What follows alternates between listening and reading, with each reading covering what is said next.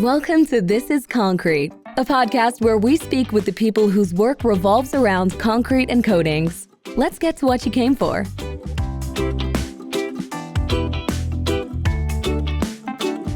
Hello, Chad Gill here. I'm the host of the This is Concrete podcast, where I talk with leaders in facilities management, architecture, contracting, and more. This episode is brought to you by Workforce Recon. Recon is a project tracking software that connects the office to the field crews. It is built with a field-first mentality, developed by contractors for contractors. It includes time and asset tracking, messaging, job site documentation, and scheduling all in one place so you can see what's going on in the field. So if you're tired of finding out later what happened today, check us out at workforcerecon.com to see your operation in real time. Lamin & Coach is another sponsor of the podcast. Lamin is a business coaching company with a focus on contractors in and around construction. We not only help with proposing solutions, but we implement them in your business as well. After all, a good idea is not useful until it's implemented. So if you're ready to elevate your business, visit us at laminandcoach.com to see a full range of our services. So joining me today is Iannessa and Joe O'Brien from EnRoads Paving LLC, which is a full-service commercial paving contractor. And don't worry, if you're a concrete guy and you're listening to this, they also do concrete, so that's okay. Sure, They yes, specialize in everything from long-term due diligence, budgeting and asset acquisitions and dispositions, routine concrete, and parking lot maintenance. They service both the Chicagoland area and national verticals with a focus on big box industrial, manufacturing, flex industrial, retail, office, HOAs and COAs, financial institutions, and religious and public assets. Alex serves as the founder and CEO, managing the overall vision and long-term goals of the company. And Joe serves as the COO and Partner, managing day-to-day operations while fostering and growing a long-term portfolio of clients. So guys, thanks for joining me. I appreciate you jumping in here and kind of being willing to talk a little bit about what you do. Thanks, Chad. I appreciate it. Thanks for having us. So Yes, Chicagoland, thank you. you guys been in the news a little bit up there, and I can't imagine. I mean, you're probably cleaning all kinds of things off of parking lots. Yeah. Luckily, a lot of our works in the would be in the Chicagoland area, and not specifically in the city, but we do work in the city as well. Anywhere that it takes us, right? Exactly. Yeah, probably better than San Francisco, man. That sounds like shit work. But yeah, The West Coast is tough. We did a West job Coast. up in Oregon, and it was interesting to say the least. so what are the main things that you guys do? Is it mostly paving and putting it down, or you do more of the maintenance and that kind of thing, or what's kind of the main spread of the business? Yeah, we do a little bit of both, right? So, well, it's back up where we started here in Chicagoland was March of 2022, but really, Joe, the wheels started turning probably during COVID, honestly, when we saw an opportunity to kind of go out on our own with some of our main clients. But our bread and butter, just like you said, is bigger paving, bigger concrete, but no job too big or no job too small, too big for us to service, whether it's here in Chicago, like you said, scraping off anything. I'm in the South Loop, actually at 1500 South Michigan. But also national, right? So initially we didn't have a ton of intentions to go national, but like you said, Chicago's been in the news, a lot of stuff mixing up and changing, and a lot of dollars leaving, a lot of good people leaving too. So we had an opportunity, like Joe said, out in Oregon. What was that, Joe? Like June or May of last year, within our first 90 days. I said, man, I've always been in Chicago, family, from here. My dad was born in Italy, 6 months. He came over here, never left. And I said, I'm sure I could sell it there. How do we get it done? And that's where Joe came in and said, I'll figure it out. So since then, we've completed probably about 24 jobs nationally, as well as what's our job count here in Chicago now, Joe? 150 plus? Over the last, call it 18 months, over 250 projects. It all depends, right? So we're full service for our clients, whether it's someone who owns property or whether it's someone who is managing property that someone else owns or a developer. Will come in and anything under your feet, we could do it. So if you need your parking lot redone, if you need some patching, some seal coat, lot marking, new sidewalk, new docks, drainage, catch basins. I mean, Striping.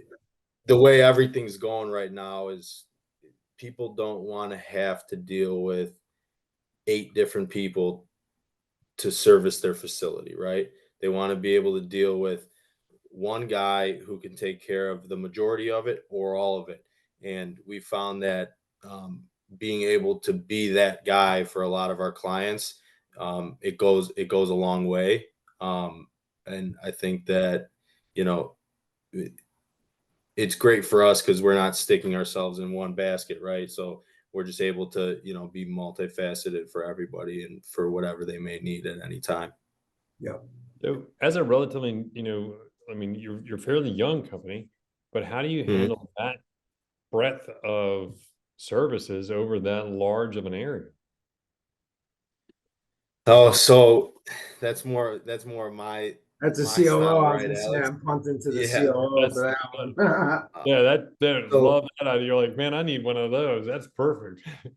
So it's for us. I mean, it's a relationship business, right? So whether it's with the guy who's actually putting the stripes on the parking lot or doing the sidewalk, or the client or our accountants or anybody, it's all about that relationship that you have, and you have to have accountability. You have to trust one another, and you got to be able to lean on people for certain things. And when you could do that, and you could do that with confidence, because we've been in the industry now for 7-8 years apiece, each of us, and then our partners that we got into business with, they've been in the industry in the Chicagoland, whether it's owning real estate, owning construction companies. They've been doing it for 30 plus years.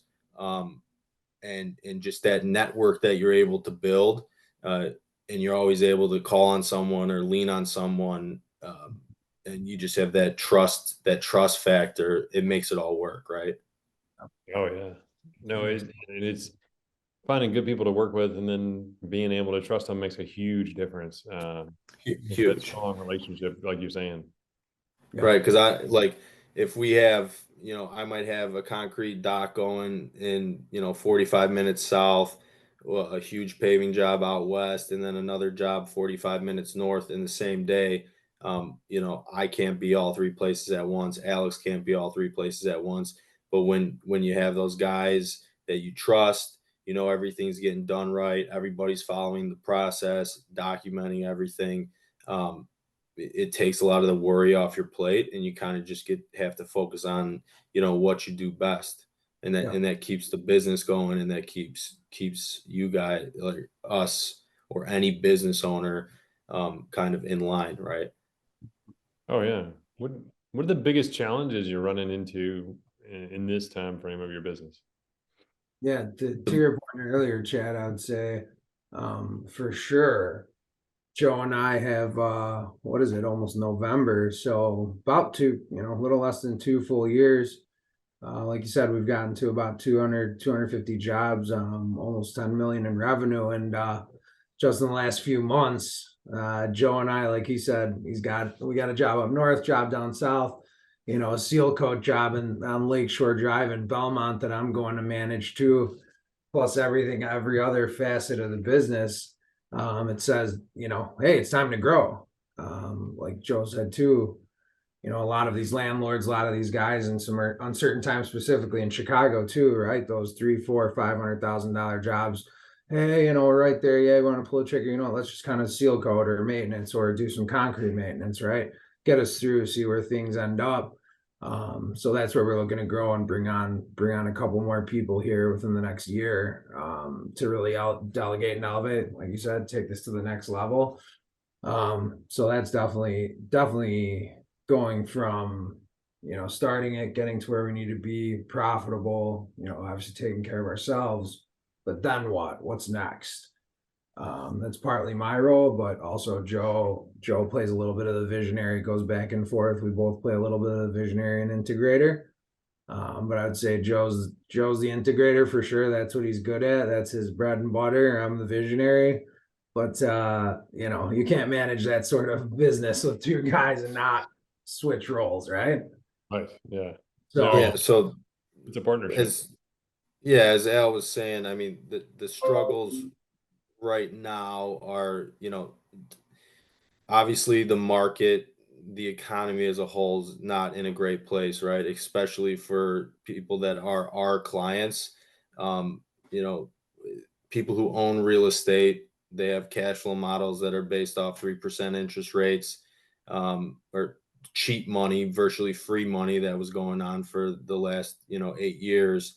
And now we're stepping into a place where, you're at 8% and your whole cash flow model, if you have to go refinance your property, your whole cash flow model is upside down. And that doesn't leave a lot of room for CapEx or OpEx spending. So uh, us being, I guess, just learning to, deal with the time and kind of change gears and be creative for our clients in like the way we approach a property or the way we approach the maintenance on a property. you know that's been a struggle, but we're getting through that. And then I'd say the second hardest thing is in a startup, you have someone like me, and you have someone like Alex, and we both have our defined roles, right? But you cross over when you're owning a business. You'd like to stay in your specific role because that's how things keep moving.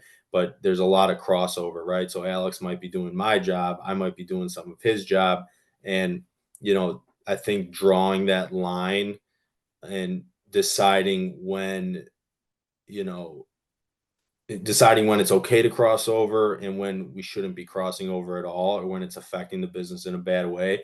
I think yeah, kind of learning and figuring out what that line is a challenge, and it's something that we're trying to figure out as we go.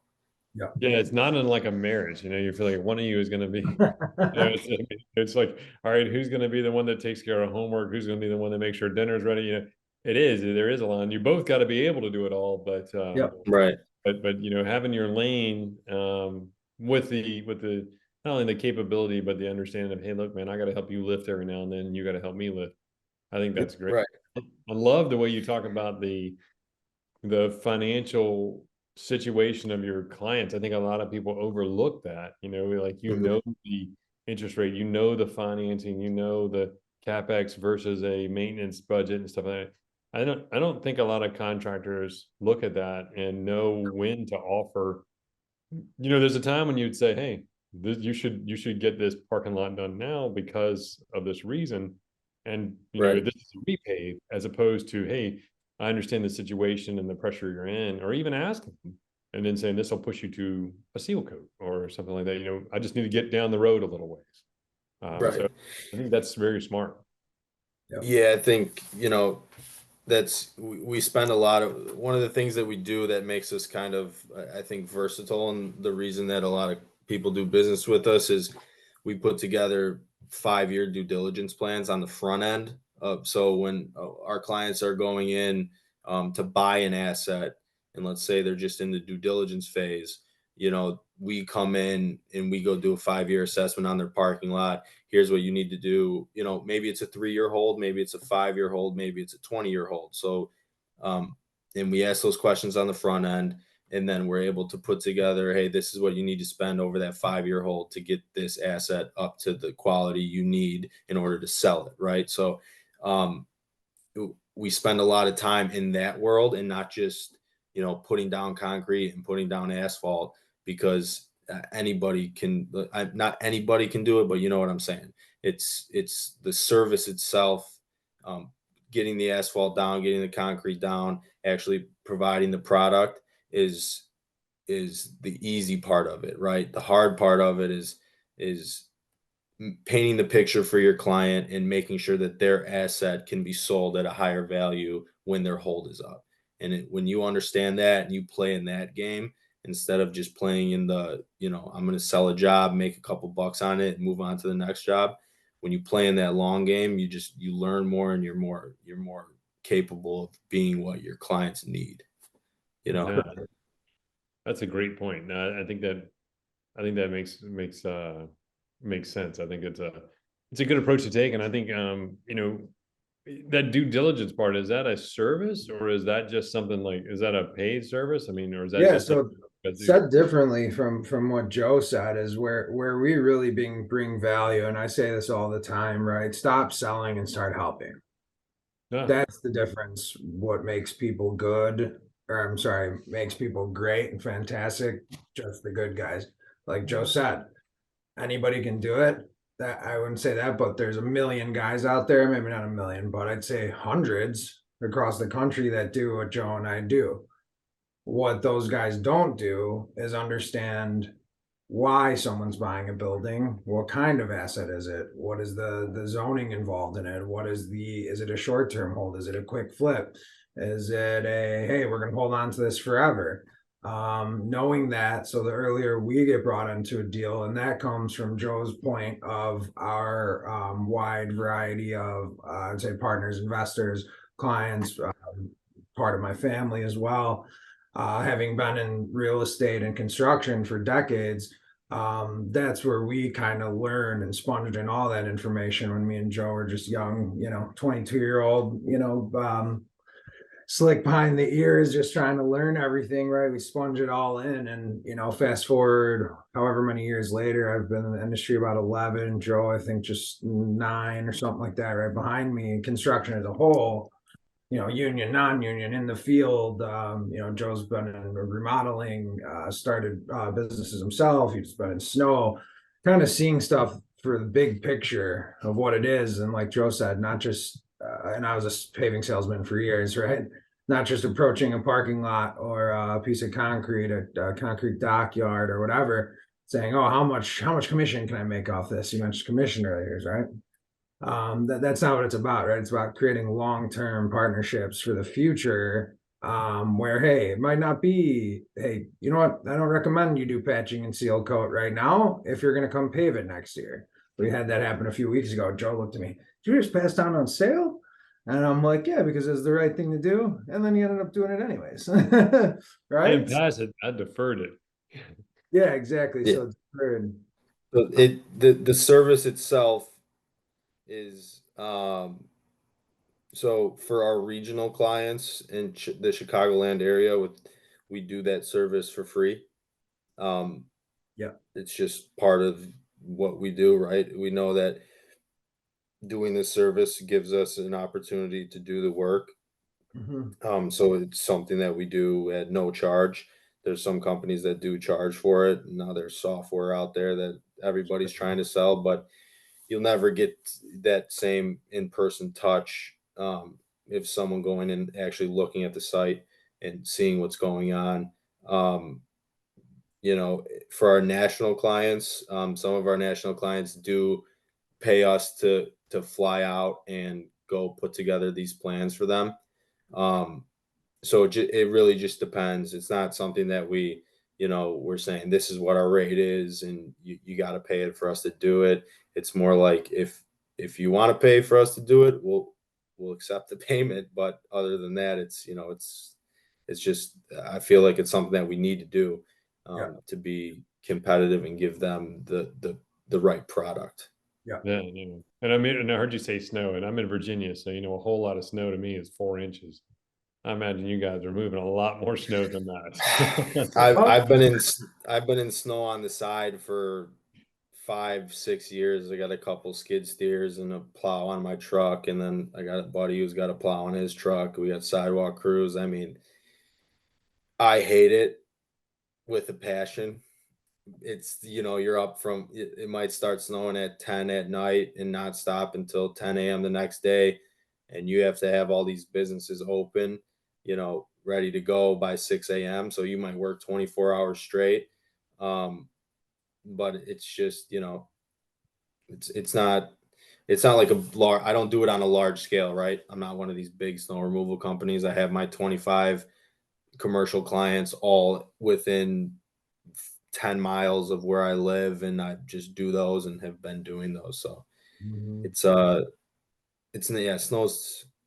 I Well, it wish it doesn't was snow. nice all year so we could pave and do concrete all year, my friend. I was Yep, wondering I wonder how much work they create for you though in the maintenance area a of lot, a concrete. lot. But Chad, it Uh, doesn't really snow the way it used to, right? Chad? I mean, we last year was our first, or excuse me, our last paving job was on Friday, December 20, 17th. So less than a week before Christmas, or right around a week before Christmas. We never really paved past, November, first, second week in November, but it doesn't really snow until January anymore. I mean, me and Joe are both Scorpios, November birthdays. I remember, by Halloween it would be snowing. But we'll be lucky to get a couple inches before Christmas nowadays. So it's really a different business. So, it becomes less seasonal because by the time we finish paving, we're already trying to line up things for next year or, bring on a new guy or whatever. So really the downtime is what, 3 weeks in January. Maybe Joe and I try to sneak down to Mexico, turn our phones off for a little bit, but by February 1st, clock's reset, that anxiety is back, those sales goals are right back, and you gotta hit them. It's Hit funny. 'em. I used to explain to them, I was like, you can always tell, entrepreneurs, they're the saddest guys on January 1. You went to bed a millionaire and you woke up bankrupt. Zero. Yeah, Every year, it's like yeah. every year you're chasing your tail again. It's crazy. It's crazy seasonal contracting, right? See the Um, personality, right, You could, Joe? you could close out December 31st with $100 million year Doesn't and wake matter. up Mhm. January 1, and all of a sudden you've got to climb $100 million mountain again. Yeah. It's yeah, mentally it's tough. Yeah, It really is. it is. But It is. you just got to do everything you can to get back to the top of that mountain, I guess.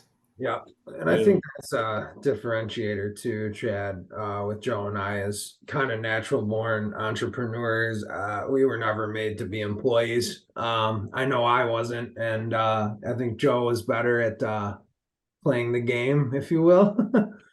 Maybe a little bit quieter when it came to orders from up top, but I was not, if you couldn't tell.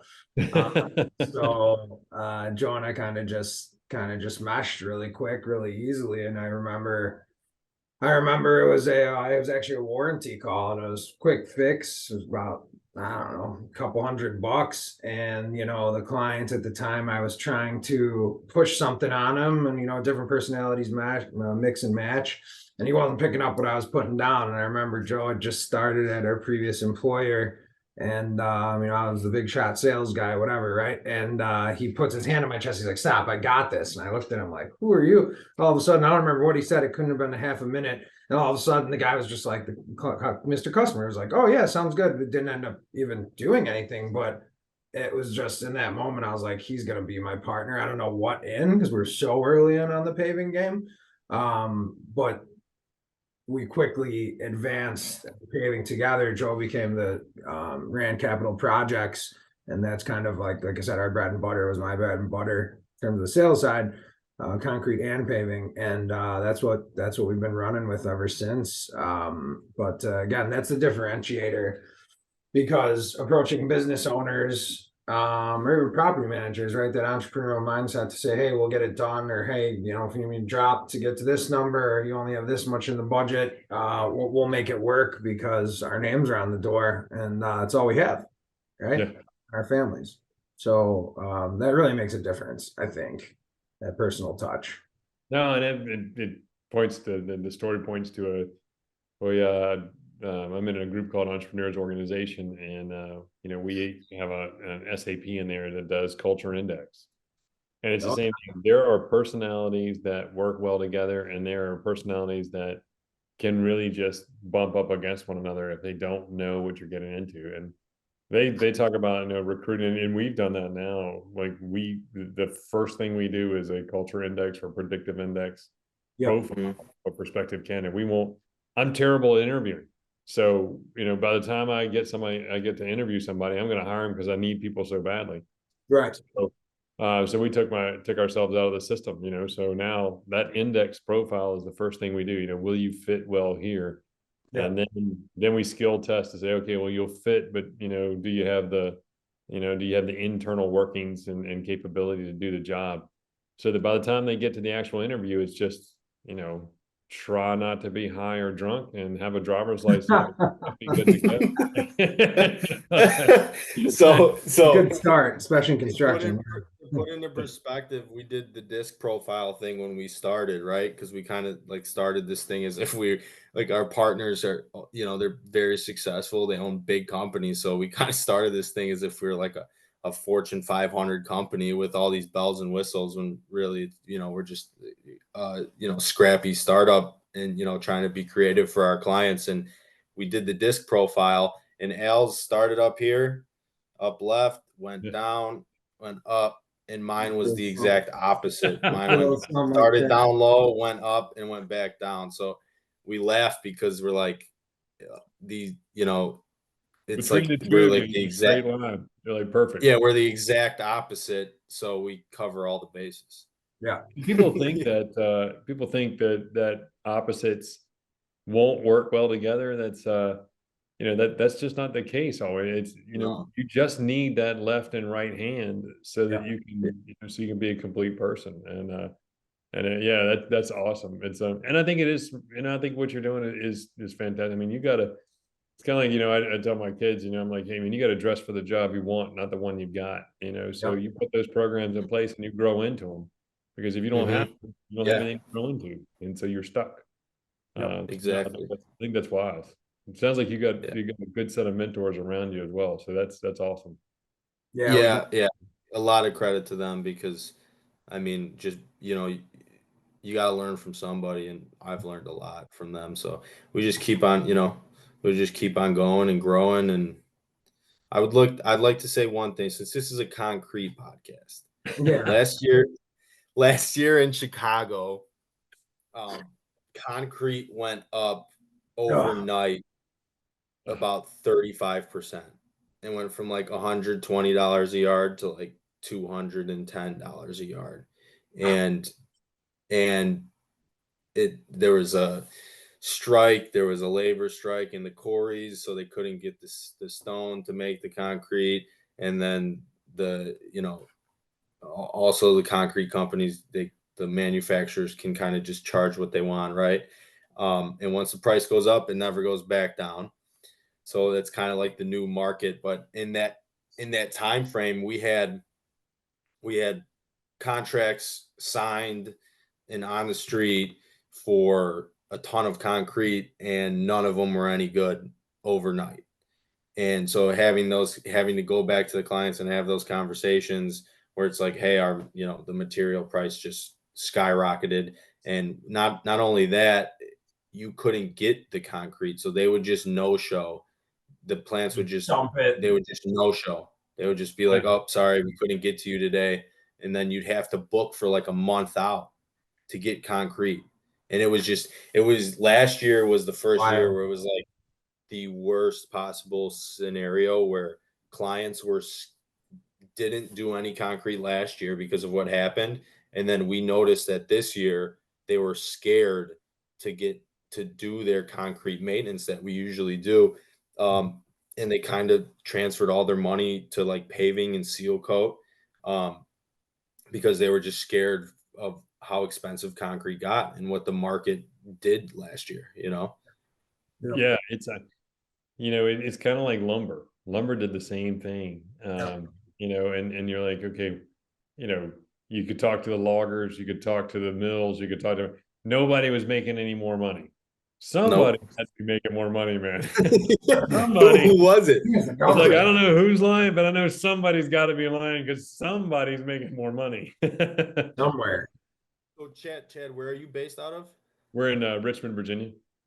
Okay, awesome. So we've been doing some work down in Georgia, and their concrete prices have kind of skyrocketed recently as well in the Southeast for some reason. Like this year, they kind of got hit with what we got hit with last year. Yeah, it's I've way noticed. up there now for here, and honestly, we don't find the concrete to be as good, because I'm sure you guys do the Type L cement is being used as a replacement, and we're running into a lot of issues with that. What do you mean by that? I haven't ran. So they're using it as they used to use, fly ash and all that kind of stuff as a cement replacement. So they're going to a Type L, which is the limestone that goes into and replace. So it creates a different kind of concrete. It's softer. It's not as durable on the surface. I'm telling you what I've seen. I'm sure there's some sort of scientist who can tell you that maybe in a lab it's better, but in the field it's. So we're running into a lot of issues with it because of that. So that's one thing to be aware of. If you're getting concrete, ask them if you're getting Type L, because most plants switched and didn't tell anybody because they didn't think it'd be that big of a deal. But using the limestone aggregate. What's the limestone? It's a ground limestone going in as a cement replacement. A portion of the cement could be up to 20%, I think. And it sucks in water. It'll dry your concrete out really fast, and it's something you definitely want to be aware of when you're pouring. It'll change the way it finishes. It changes all. When the truck shows up to the job and they're like, "Oh, you get this off quick. Yeah, you better get this off quick. You better set that quick." It's like, did you just send me a hot load? Except they'll never admit it. But they're always like, when they get out of the truck and help you shovel it out of their own truck. That's right. Yeah. I don't remember you guys driving red trucks, but this one looks red. yeah. This one's been to 3 jobs before you brought us our yard, hasn't it? Yeah, of course. That's why it's expensive. We bring it to you warm. That's right. Yeah. Yep. Guys, this has been awesome, man. I love it. Probably the last question: what's the difference between Chicago and Chicagoland? So Alex lives in Chicago. I went to school in Chicago downtown, but I live in the suburbs. So the Chicagoland would be the suburbs once you get out of Cook County. Yeah. And then you get into different counties. It's a little more open space, less traffic, just less criminal activity, I guess you could say. Less criminal activity. Now, I have a bunch of friends that and they say they're from when you talk to them, like they're in San Francisco, and so that's why my San Francisco joke, I mess with them about that. But nobody lives in San Francisco. They live in like the Bay Area. I'm like, hell is the Bay? Does anybody live in San Francisco? It's all the Bay Area. I don't think so. Yeah. If they did, they probably moved out. Yeah, San Francisco's even worse than us. Yeah, I'm Chicago. Like I said, I'm in the South Loop right now. We just got lucky to have our Vistage meeting, 10 minutes from my apartment. But like I said, my dad was born in Italy, but Jefferson Park, northwest side of the city. So I always make the joke because I went to Indiana and then I finished college at DePaul. That's how I fell into construction in between colleges. But, I'm from Chicago. I'm like, oh, really? Yeah. Where'd you grow up? Oh, Naperville. Yeah, you're not from Chicago. You're from Naperville. It's an hour and a half west. So, I know. You're like just one generation. That's how you're breaking all the stereotypes. You're supposed to be in Terrazzo, man. What are you doing? Yeah. Oh, man. Well, this has been great. I appreciate it. And love to check in with you guys, see where you are in another year, man. It's a great story, and it's I love the profile match. That's pretty cool. Absolutely. Awesome. Thank you, Chad. Thanks, Chad. We'll have some more bodies for you. We'll have some more bodies for the next one here in a year or so. Oh, yeah, there you go. Hey, man, you can't be talking about bodies when you're from Chicago, man. Come on. There's already, I think, an Italian criminal activity joke shot by my We're just used to it at this point. It's like, oh no. Yeah, but it's all part of the program. We have a bunch of friends that are in up in and around there as well. So yeah, it's pretty awesome. Yeah, good deal. Thanks a lot, guys. We'll talk to you soon. Awesome, Chad. Thank you so much. Have a good one. Have a good week. Thanks for listening to This is Concrete. We look forward to you joining us next time. Be sure to click subscribe to get future episodes.